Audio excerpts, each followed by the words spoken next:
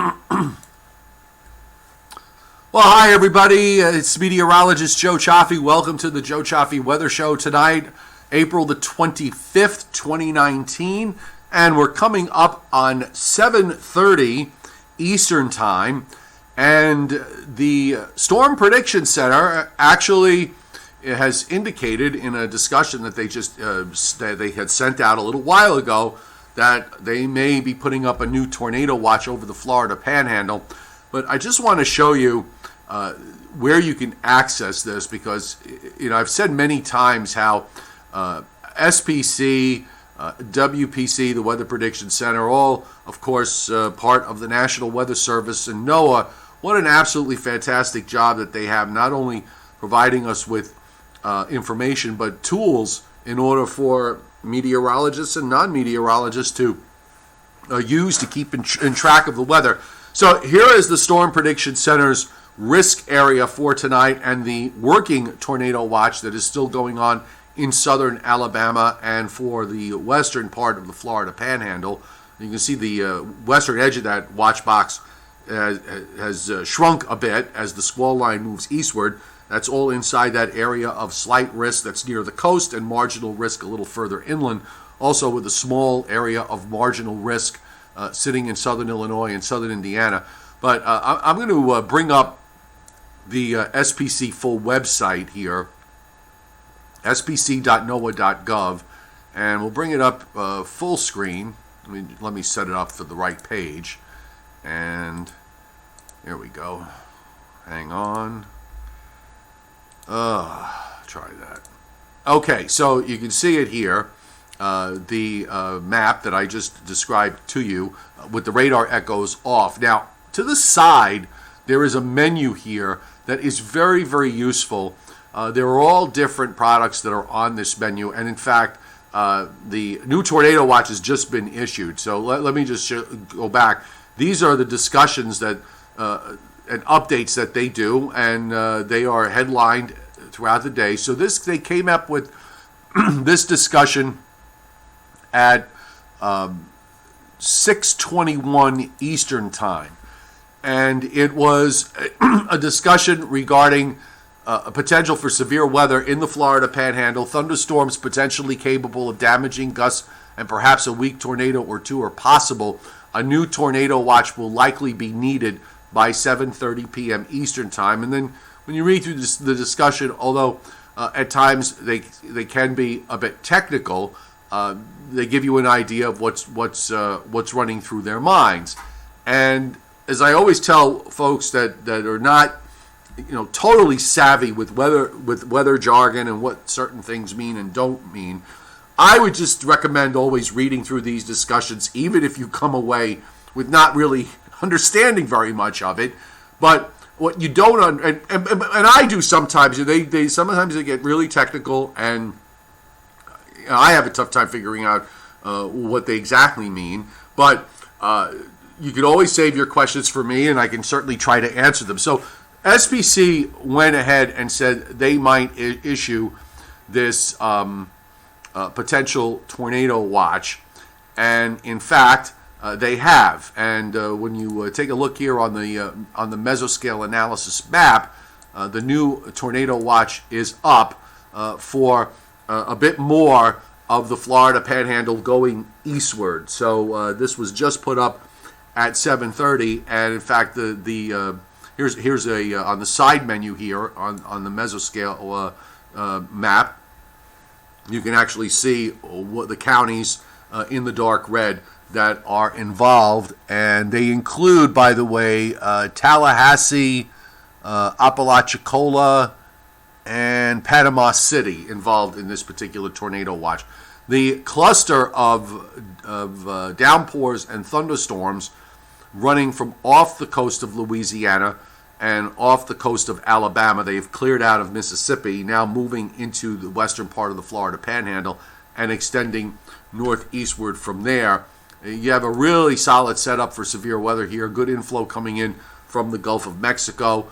You've got your frontal boundary to the west now, cutting into eastern Louisiana, where temperatures are in the 70s and dew points are now dropping into the 50s and that's with the drier air that's coming down from the north. And of course, ahead of it, you have a surge of dew points here in the upper 60s, with temperatures in the mid 70s to near 80 in some places. So it's a pretty solid southerly push, and it's pretty impressive when you look at it on the satellite tonight. On the latest satellite loop, you can actually see the clouds, the blow off from the thunderstorm from the cloud tops as it exits out of southeast Louisiana and continues its push to the east. It's got to look. Sometimes it's difficult, and certainly once you get past sunset, it gets a little hard to see on this map. But these GO 16 pictures are so useful in all sorts of weather, because you can see the clouds at multi layers. It really does help forecasters quite a bit. And of course, you can see the dry push that's coming down behind it now through Texas and into northern Louisiana, with the leftover scattered clouds there. So this is the severe weather risk area that's for tonight. We're going to see that severe weather risk shift eastward tomorrow, and SPC has actually expanded this area this afternoon. They didn't even have the slight risk. They did have a small area of marginal risk yesterday that they, or 2 days ago, that they made bigger yesterday, and they made it a little bigger this morning, taking the northern fringe of that risk up into southern New Jersey and southeastern Pennsylvania, and then goes back into the western half of Virginia, western North Carolina, and northeastern South Carolina. Then you have this large area of slight risk, taking about half of eastern North Carolina and much of the eastern half of Virginia, the Delmarva Peninsula, southern Delaware, and much of southeastern Maryland. And we also have a marginal risk, by the way, for tomorrow up in northern Utah, northwestern Colorado, and southeastern Wyoming. We don't want to forget severe weather risks that also are going to run up in the Rockies. And as we get a bit further into May and June and July, you start to see more risk areas out there than you do at times in the eastern part of the United States. All right, so let's take a look at what's happening on the surface map. We should have the latest 21Z map, which we do. And of course, we've been talking about the fact that a frontal boundary is going to be setting up, and indeed it is. We've got a warm front that is running across southern Virginia, back through southern West Virginia, and on up into, didn't want to do that, into northern Kentucky, southern Indiana, and then you've got a weak low that's in southwest Indiana that extends down with a cold front that extends down into the Gulf states. And of course, this is our low that's going to deepen and move northeastward. So you have a pretty sizable warm sector that is setting up through the Carolinas into southern Virginia with these southwest winds and temperatures that, at least as of 5 o'clock, in the eastern part of North Carolina, were all in the low and middle 80s, though the dew points are still pretty reasonable. They're in the 50s. You get into the summer months, and the atmosphere is already shot up with humidity, and it's almost impossible to get rid of.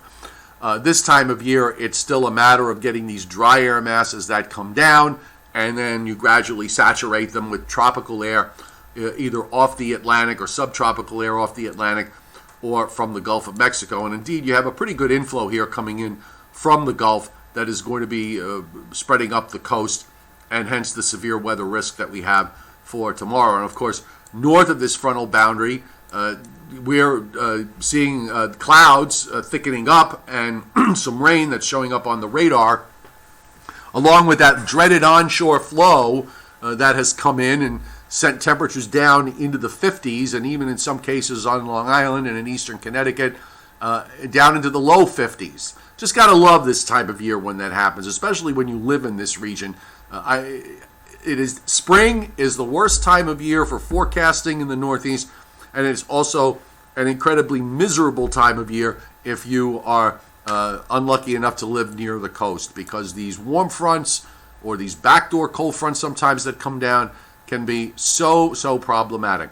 Now, this low in southwest Indiana is also going to get a little feeding from a shortwave trough that is moving through the western lakes, and we see it on the surface with low pressure there, just north of between Milwaukee and Green Bay, and a trailing cold front from that runs down through northern Missouri, down through Oklahoma, and into North Texas. So these two different features, the northern stream and the southern stream, when we look at the upper air, you'll see the separate short waves that are involved with them, and how they are going to attempt to do a phase. Now here's the satellite loop this evening in the east.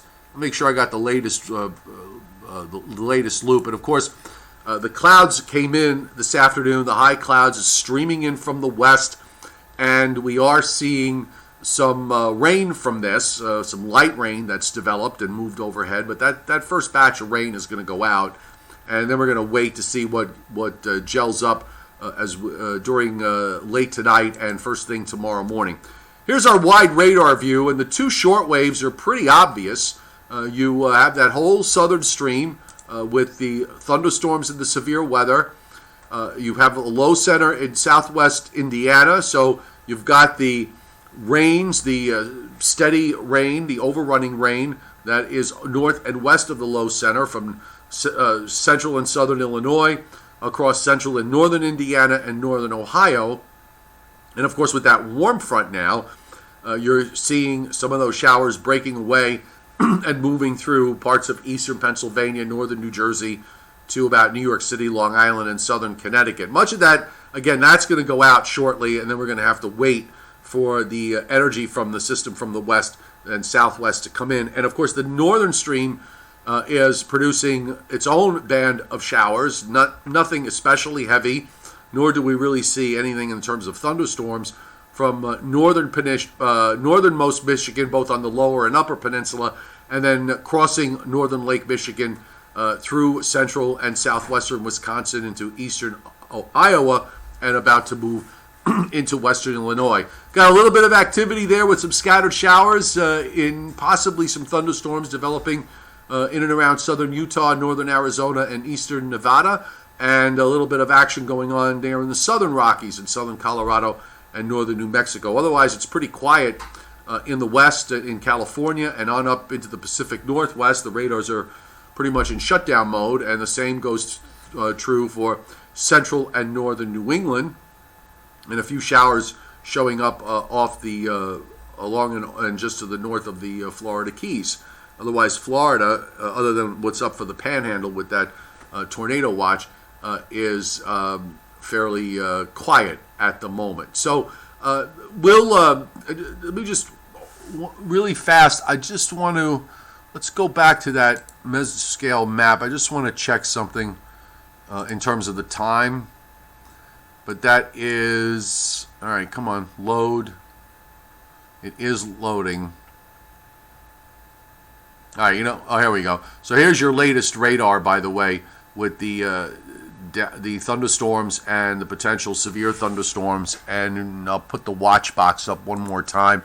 Please be advised, again, it's 7:42 Eastern Time. So if you're on Thursday night, if you're watching this on a replay, it's clearly dated.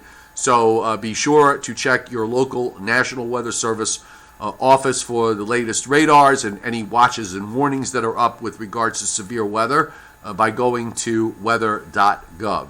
So let's carry you through what I think is going to happen here.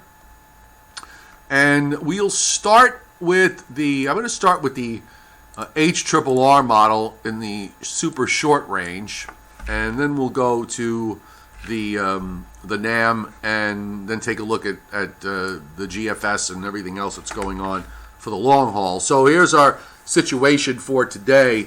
This is the very latest HRRR, I believe. Yes, this is from 21Z or 5 o'clock Eastern Time. This is how the HRRR sees the radar.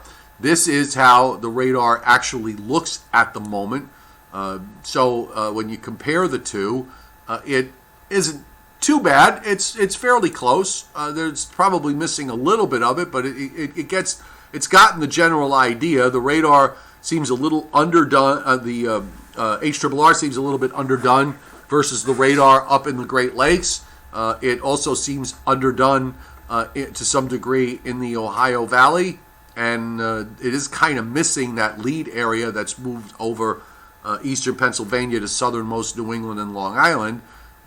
Has the cluster here down in Louisiana and into Mississippi fairly well, and a developing line. The general idea is there, but will allow for where it's missing. So this is where I would, you would probably say, okay, the radar's showing more, so obviously I have to emphasize that in my particular forecast. So here's your low overnight, and that runs up into Indiana and Ohio, and of course this squall line is going to play through, and once it gets into the Florida Panhandle, we're now at 11 o'clock Eastern time, that line does kind of weaken a bit, and weakens considerably during the early morning hours. Low pressure at this point tomorrow morning at 5 a.m. is up near, not too far from Cleveland, or to the west of Cleveland. Meanwhile, you're getting that warm front that is going to push northward, or try to push northward at least. So you get some showers that break out ahead of it, and there might even be an embedded thunderstorm in there. I wouldn't be too shocked if it winds up happening that we get a thunderstorm tomorrow morning as the warm front goes by, or tries to go by. And that is going to be key for the afternoon round of weather, because I'm thinking that warm front's going to get pinched off somewhere close to me in the New York City area, which means areas to the north and east of there are going to have a tough time with temperatures. And even if the warm front gets by, there's a southerly flow with this and not a southwest flow. That southerly flow gives much more of a marine influence that may even go inland into coastal New Jersey, at least the eastern counties, for example. Also Delaware and the southern part of the Delmarva Peninsula might have a bit of a marine influence, which may be compensated somewhat by the strength of the upper trough that's swinging through. So we're going to have to kind of weigh all of this. So tomorrow morning, this warm front tries to go by. We get some downpours, possibly even a thunderstorm. Then here we are at 11 in the morning, and showers and maybe even a couple of thunderstorms in there firing up in eastern Pennsylvania. The warm front, the way the isobars are, if you look closely at the isobars on the HRRR, and the NAM, unlike the GFS, you can't see them as well. He's got them relatively light here. Levi DeCowan does on tropicaltidbits.com, your go-to site for weather models and more. But you'll notice off the New Jersey coast and out into the Atlantic, the isobars it looks like a finger is pushing them out to the east, where they sort of take a turn. That bulging probably signifies where the warm front is, so that the winds north of there are a bit more southeast, and the winds south of that line are a bit more to the south, or possibly even south-southwest, but I think they're going to be more southerly than anything else. This is as far out as this HRRR run goes, which is 18 hours, so it only takes us through 11 o'clock tomorrow morning. So you've got showers and maybe a couple of scattered thunderstorms in eastern Pennsylvania down into eastern Virginia. You have a line of storms moving across North Florida. They're on the southern end of the risk area tomorrow in the marginal risk. And then you have some storms that seem to be trying to fire up in western Pennsylvania. So those are the ones that we're going to watch for later tomorrow afternoon into tomorrow night. And the NAM, we'll look at the NAM 3 kilometer here. This is always a good one to look at when you're dealing with storms. And it does fire up a fairly decent line of thunderstorms across Maryland, Virginia, into North Carolina. It actually fractures that line, where you also have some strong cells going through northern Pennsylvania and into southwestern New York. Remarkably, that actually holds together fairly well. The southern part of that line starts to flare up late tomorrow afternoon in eastern Pennsylvania. This is by 6 o'clock tomorrow night. It's got a fairly solid line of strong storms there. Eastern PA snaking all the way down into eastern North Carolina. And then right after that, as they near the coast, the impact of the south wind probably taking a toll on the thunderstorms. And you'll notice that line disintegrates to a large extent north of central New Jersey. The southern part of that line holds together a bit better, and then moves out to the east. Yet at the same time, cells reflare up over Long Island and western Connecticut. That could be because the upper trough is getting involved here and compensating for the impact of the marine air that gets in later in the afternoon tomorrow along the coast. And then, of course, you move those showers and storms through eastern New England, and the dry air starts to come in on the backside. Yes, that is snow that's being indicated in western PA and in upstate New York, a little bit of lake effect perhaps, although I tend to think that if you're going to see stuff out of this, it's going to be wet snow in areas that are favored by some elevation, or it may wind up being more of a mix of some kind. I don't know, but it certainly could be wet snow. It probably will be cold enough aloft, so if you get a little intensity, it's not going to do very much, but it is there. And as far as the weather is concerned for my neck of the woods, we are looking at a fairly tight pressure gradient that develops here. If you notice here, as we go into Saturday morning, the low is up in northern New Hampshire. It's a 985 pressure there, and you do have a lot of isobars, large change in pressure over a relatively small distance. So I think it's going to be breezy to borderline windy, gusts into the 30s, come Saturday during the morning and early afternoon until the gradient slowly begins to relax. Now, while all this is going on, here comes the next low. And that low is dropping down out of the northern plains. You'll see it here, and the NAM actually does show some snow with this. Now, bear in mind, I think the way you approach this, given the time of year and the fact that we're really not talking about a ton of cold air, and certainly we have a mid to late August sun angle now. So anything that falls here as snow, it's highly unlikely to accumulate anywhere during the daytime. But after 7 o'clock tomorrow night, 7 o'clock tomorrow night, that may be a different story. So by this time, you're seeing snow moving into Wisconsin and into southwest Michigan. There could be a narrow area that gets a minor accumulation out of this. I wouldn't be at all surprised. And then that low, as far as this NAM run goes, makes it to the Indiana-Ohio border before the model doesn't go out beyond, the NAM 3 doesn't go out beyond 60 hours. So we'll switch to the NAM 12 at this point. This is for a system that's going to happen for Sunday in my neck of the woods. And there is the NAM 12's version of it. Same, pretty similar to the NAM 3. Your low running into Ohio, and it doesn't print the L, but there's a closed isobar there. Now here's the problem for my area. Somebody is going to be north of that low center, and on this particular run of the NAM, kind of shifted the low a little bit further to the south. It looks like it might be somewhere over northern Delaware or in Delaware Bay. Anybody who's north of that low center is going to wind up with a northeast wind. If you combine that with rain, and the air to the north is Canada getting involved, that anybody that's in that rain area is going to have a pretty miserable day on Sunday with temperatures that are going to be hard-pressed to get out of the 40s. And in elevated areas in northern Pennsylvania and into the Catskills, wouldn't at all be surprised if we wind up seeing some wet snow out of this. I don't think it amounts to much, but just the fact that it's happening at the last weekend of April is certainly notable. And by the way, that is also snow showing up there in North Dakota and into northern Minnesota, with the next low that is pushing eastward for Sunday night into Monday.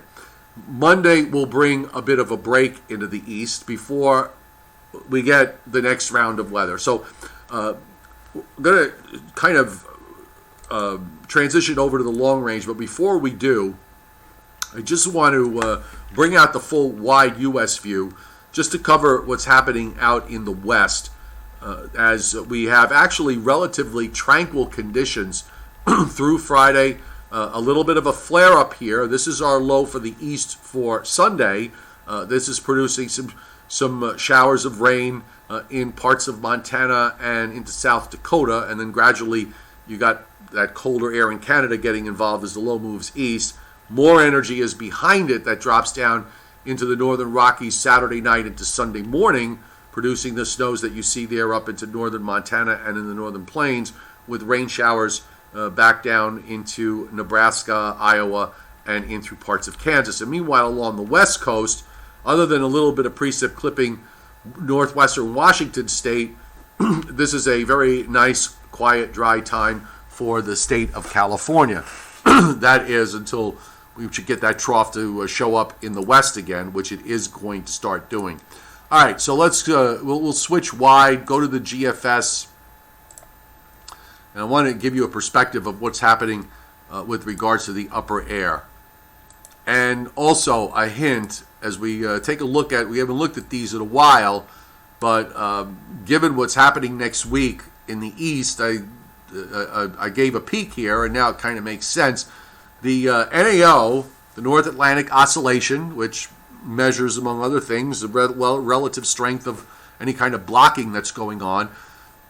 It's not a crazy negative reading. It's actually not even all that strong, but it does show the NAO going negative this weekend and then staying negative right through the first 10 days of May. Not crazy negative, but enough where it's going to have an impact.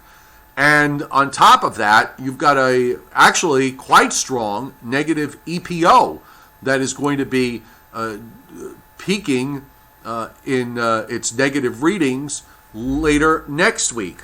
So the fact that we've got this EPO kind of off-the-wallish negative is strengthening the idea that, yeah, you're going to have a ridge in the east, and that is being indicated by an off-the-wall negative PNA, okay?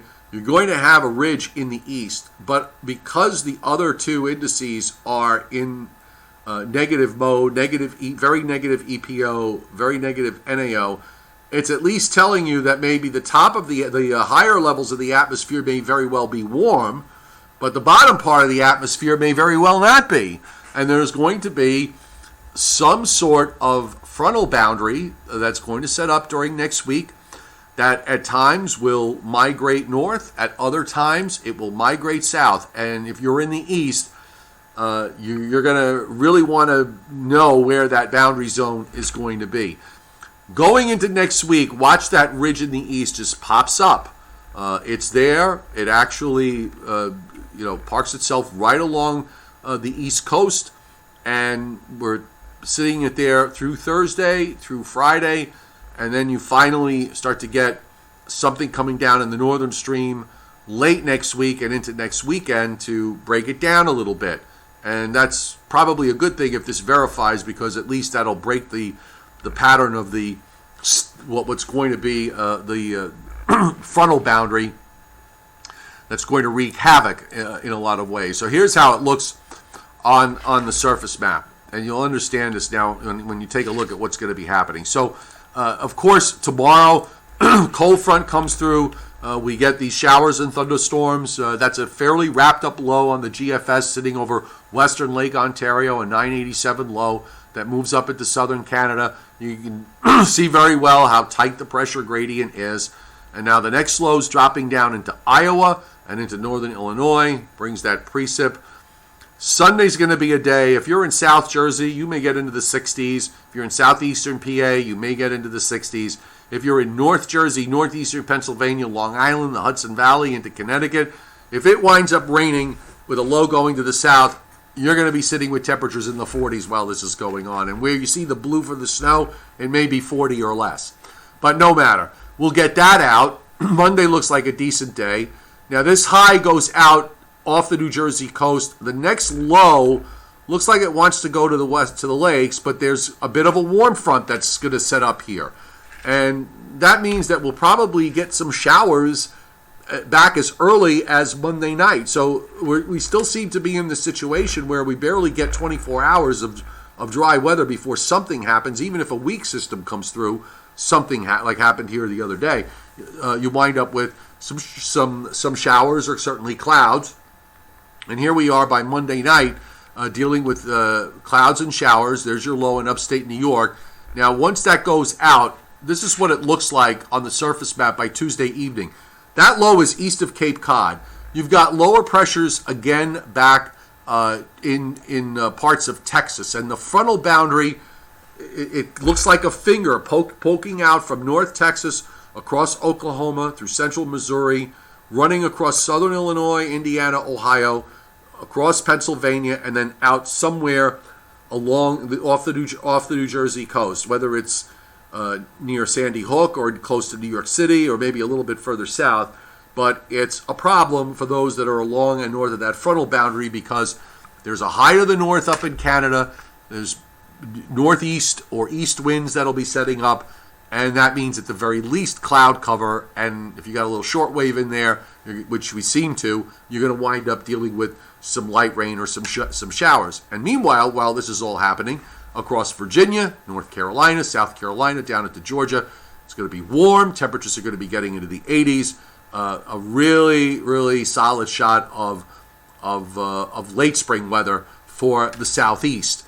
Now, the ridge does not build strongly enough to push this frontal boundary up into upstate New York or back into Canada. So you're going to be dealing with systems coming along that frontal boundary.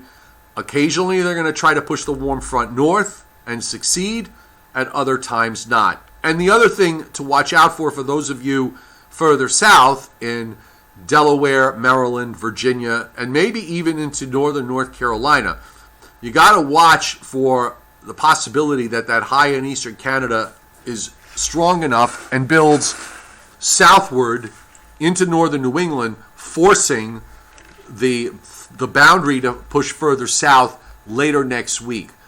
That is a big question. Whether that happens or not. And Wednesday we have a wave that's coming by, and you can see it here. So perhaps after that goes by is where your boundary now shifts further south into at least southern Virginia, northern North Carolina, and you start to squash down that area of 80s. And here comes your system for the end of next week, which if the GFS is correct, with the trough dropping into the east, excuse me, brings a cold front through again, guess what, next Friday, which will make it the fourth Friday in a row. And then at least it looks like we would have a dry, albeit chilly weekend relative to this time of year. So you get the idea, folks, here. It's a bit of it's going to be a big forecast puzzle next week from day to day, trying to figure out sort of the nuances of this frontal boundary. Look at the temperatures, by the way. We'll use the shaded ones because they look the most dramatic. I like to use 18Z. 2 o'clock in the afternoon is probably a good representation for the high temperatures. Now here's how it looks nationwide. But take a look specifically here in the east. And the dilemma, as I said, with my area, low 60s, South Jersey, 40s and low 50s, North Jersey, Long Island, 30s as you get into the Hudson Valley. Meanwhile, it's 80 or low 80s, Southeast Virginia down into southern Georgia. That's on Sunday. Move to Monday. You've got this cooler air behind the Sunday system that goes out. So you have 60s pushing down into northern North Carolina. 80s pushed down into southeast Georgia, actually middle and upper 80s possible there. But now we'll go to Tuesday, okay, and here it comes. The 80s push all the way up even into southern New Jersey here with temperatures in the near 70 up to about New York City. Tuesday might be the day. If we can get that boundary to push a little bit further to the north, then we might see the 70s come up to about New York City. But notice, not that far north of New York City in New England, it's in the 40s all day. Then on we go to Wednesday. 80s again, southernmost Jersey, but only in the 50s around northern New Jersey, northeastern Pennsylvania, 40s and even 30s. This is at 2 o'clock in the afternoon temperatures in southern New England. 80s Virginia, coastal North and South Carolina, down into Georgia and into North Florida. Wednesday would be the day that the model brings a low through and starts to shift that frontal boundary south. So when we move into Thursday, now you're seeing the 40s and 50s pushing down into the Delmarva Peninsula, into Maryland, and the 80s are getting suppressed into extreme southeastern Virginia and down still through North Carolina, South Carolina, and Georgia. And then by Friday, you're beginning to bring the next cold front through, so you're going to start to try to buckle that warm air up northward again, pushing the warmer temperatures up at least into the Delmarva Peninsula before we go into next weekend, and then that flow from Canada takes over behind it. So that is how it's going to, that is how it seems to look over the next 10 days. As I said, it's going to be an awful lot of fun trying to forecast through all of this.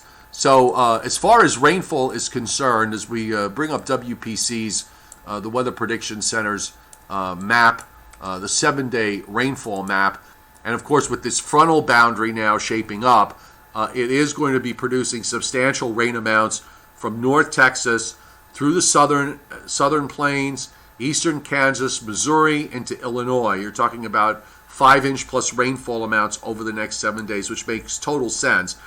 If you want to, of course, some of what you see in the east, a lot of this is front loaded with whatever happens tomorrow. Although I'm not looking for really big rains out of tomorrow's weather system, but even if we want to let's just make the assumption that this is all everything from whatever happens beyond the weekend, and the southern edge, I would say probably the southern edge of the light blue was 1.25 inches, probably is a good indicator of where a general broad indicator of where the frontal boundary is going to set up for much of the time through at least the middle part of next week before we see any push further to the south. And of course, you go south of there and you head down into North Carolina, even down into Western Virginia, North Carolina, South Carolina, Georgia. Not a whole lot of rain being indicated. Also not a whole lot of rain being indicated for the Florida and the Gulf states.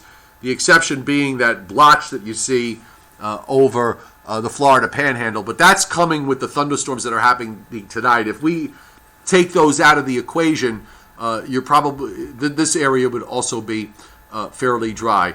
A little bit of action clustered up in parts of Colorado in terms of precip, and on up through the Rockies and into the northern plains, with the two systems coming through, the one Friday into Saturday, and then another one into early next week. Otherwise, if we look out in the west, precip is fairly lacking throughout up and down much of the west coast, and even in areas where you do see in the lighter greens, we're talking about rainfall amounts of under 1/4 inch spread out over the next 7 days. So that pretty much covers it as far as today is concerned. We did a lot today. We covered a lot of weather. And it's now 8:07 Eastern time. So, we talked about at the top of the show the tornado watch, the new tornado watch that was just posted for the Florida Panhandle. Again, I just want to remind everybody, in case you jumped in here in the middle, or you're wondering what's going on with that. Remember that this is dated if you're watching it on a replay overnight or even tomorrow morning. So what you're seeing is from Thursday, 8:07 p.m.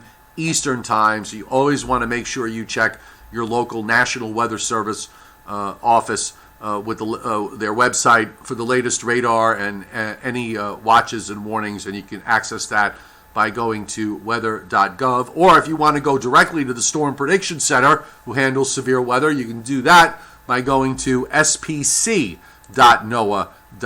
These are all websites, by the way, that you should have written down or bookmarked on your computer for when severe weather hits, be it thunderstorms, be it snowstorms, flash flooding, or during hurricane season. You want to have these websites bookmarked for easy access, and you might as well add to that the National Hurricanes Center's website, which is nhc.noaa.gov.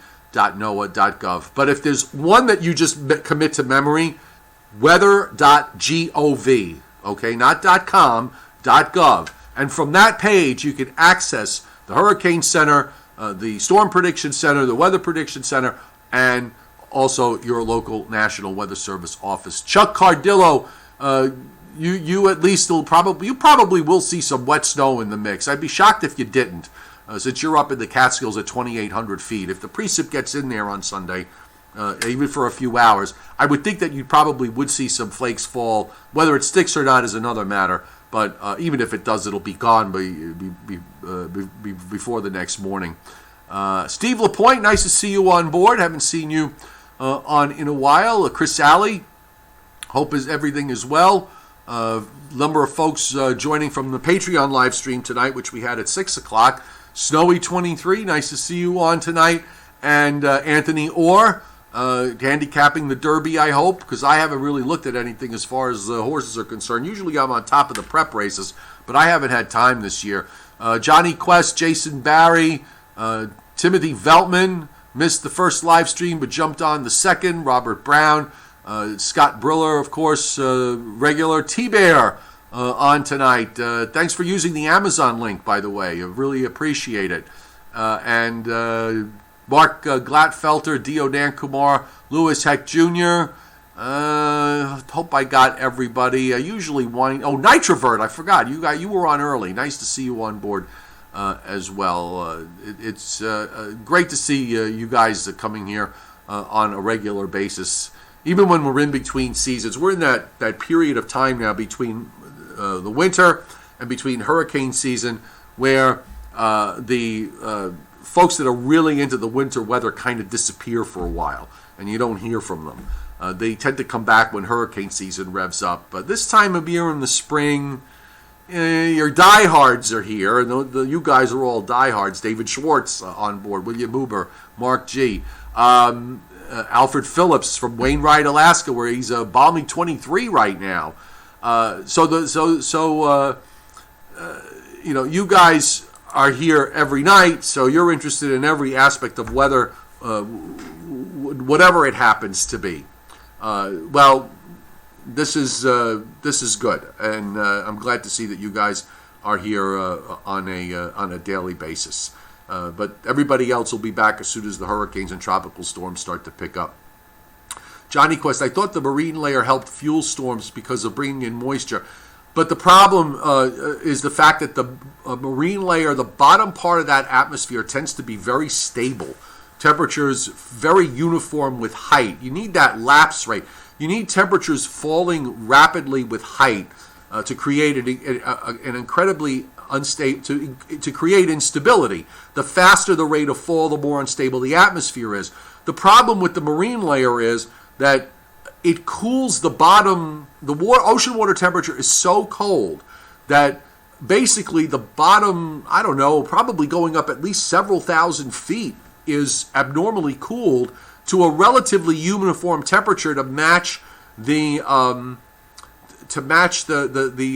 ocean water temperature.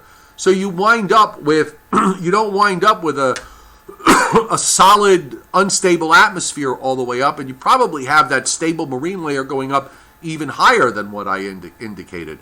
It caps the rising motion, as Mark G indicates. Now, when you get into August, you get into those later July, August, and early September, when the water temperatures are up around the middle and upper 70s up my way, and low and middle 80s. Now you don't really have as much of a difference in terms of the ocean water temperature and the land temperatures, so you don't get a sea breeze, but you also don't get that marine layer, okay? So you wind up, you suddenly are able to create an unstable atmosphere going all the way up. Okay, so Anthony, you're telling me that the Wood impressed you enough, the Wood Memorial, which I didn't watch, and I'll have to go back and watch on the replay, impressed me with the Derby and have to look at Tacitus? I don't know how to say it. Well, however you say it, I will take a look at him. All right, folks, coming up on a quarter past the hour of 8 o'clock Eastern Time. Thanks for being here tonight. And we will do the Joe and Joe Weather Show with my colleague Joe Rayo, and that's coming up at roughly 9:25 Eastern Time on my Facebook page, Meteorologist Joe Chaffee. Now, in the event because not everybody has it, and I totally get that. But not everybody is on Facebook.